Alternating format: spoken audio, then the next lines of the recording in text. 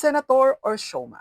Pwede bang maging senador sa umaga, tapos TV host sa gabi? Usap tayo tungkol sa plano ni Willie Revillame.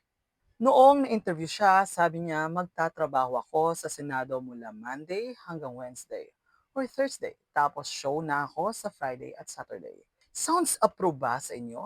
Parang ginawang part-time lang ang Senate duty.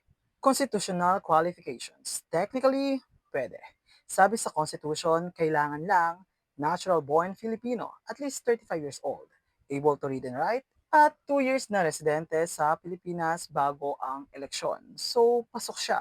Pero sapat ba yan para maging effective na senador? Ang totoong trabaho ng senador ay hindi lang attendance, gumagawa ng batas, nag-iimbestiga ng national issues, at nasa hearings at sessions halos araw-araw. Hindi ito pang 3 days lang sa isang linggo. May batas din tayo para dyan, Republic Act 1319 o ang Anti-Graft and Corrupt Practices Act na nagsasabing dapat walang conflict of interest. Sa kasong Osmeña versus Comelec, sabi ng Korte Suprema dapat 100% committed ang isang public servant. E paano kung Friday nasa taping ka tapos may hearing dapat? Wala ring background si Willie sa batas, and that's a big deal. Hindi mo pwedeng basta-basta intindihin ang mga panukalang batas.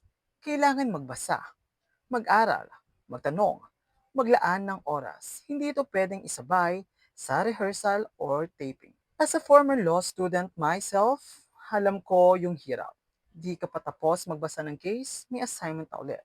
Kulang lagi ang tulog. Pressure sa recitations. Ganyan ang buhay nag-aaral ng batas. E paano pa kaya kung ikaw na ang gumagawa ng batas? Tanong, what if urgent hearing sa Senate sa Friday? Tapos ang senador nasa studio. Pwede ba yon? Hindi ba disrespect yon sa pwesto at sa taong bayan?